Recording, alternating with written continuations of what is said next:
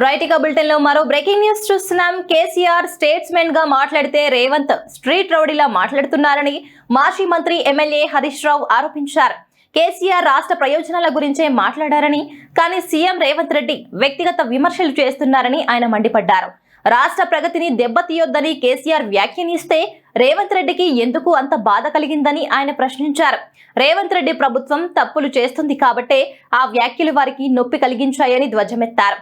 రేవంత్ రెడ్డి ఊసరవెల్లిలా పార్టీలు మారుస్తున్నారని, ఆయనకు మాట్లాడే నైతికత లేదని తీవ్రంగా విమర్శించారు.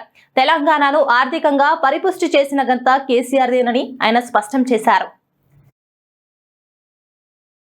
నేను ఒక స్టేట్స్మెన్ లాగా మాట్లాడారు, కానీ రేవంత్ రెడ్డి గారు నిన్న చిట్ చాట్ రూపంలో మాట్లాడింది ఎట్లుందంటే ఒక స్ట్రీట్ రౌడీ లాగా మాట్లాడినట్టున్నది. ఒక గల్లీ గుండా ఓ దాదా మాట్లాడినట్టుగా ఒక స్ట్రీట్ రౌడీ లాగా రేవంత్ రెడ్డి గారు మాట్లాడారు. ఇంత చిల్లరగా మాట్లాడతారా?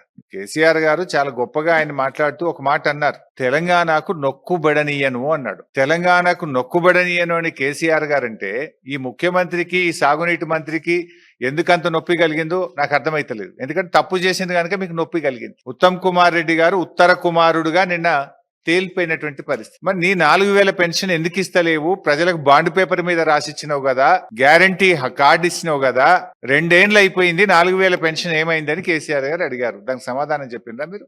కాంగ్రెస్ పార్టీకి అపారమైన అనుభవం ఉన్నది, నిధులు ఎలా సమీకరించాలో ఎలా ఇవ్వాలో మాకు బాగా తెలుసని ఎన్నికల ముందు చెప్పింది కదా. ఏమైంది మీ అనుభవం? మీ అనుభవం అంతా దోపిడీకి, కమిషన్లకు, వాటాలకు, లూటీలకే సరిపోతుందా? అరే ఎరువులు దొరుకుతలేవు. బీఆర్ఎస్ ఉన్నప్పుడు ఆటో డ్రైవర్కి ఫోన్ చేస్తే ఇంటికాడ ఎరువుల బస్తాలు దించిపోయినరు, బాయికాడ దించిపోయినరు. కాంగ్రెస్ వచ్చినాక మళ్ళీ చెప్పులు లైన్లో పెట్టే పరిస్థితి వచ్చింది. మళ్ళీ యాపులేంది, మ్యాపులేంది, రైతులను ఎందుకు గోసబెడుతున్నారు అని కేసీఆర్ గారు మాట్లాడారు.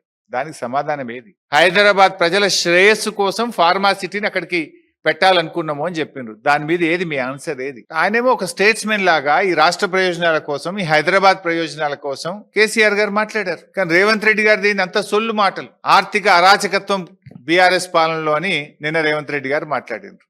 అరే నిన్నగాక మొన్న నువ్వు గ్లోబల్ సమ్మిట్ పెడితే గ్లోబల్ సమ్మిట్కి వచ్చిన టోనీ బ్లేర్, బ్రిటిష్ మాజీ ప్రధానమంత్రి గారు ఏం చెప్పినారు రేవంత్ రెడ్డి గారు? ఒకసారి వీడియో పెట్టుకొని చూడు, మర్చిపోతే. ప్రముఖ ఆర్థిక రంగ నిపుణులు, ఆర్బీఐ గవర్నర్ గౌరవనీయులు సుబ్బారావు గారు ఏం చెప్పిండ్రు? ఒకసారి ఆ వీడియో చూడు.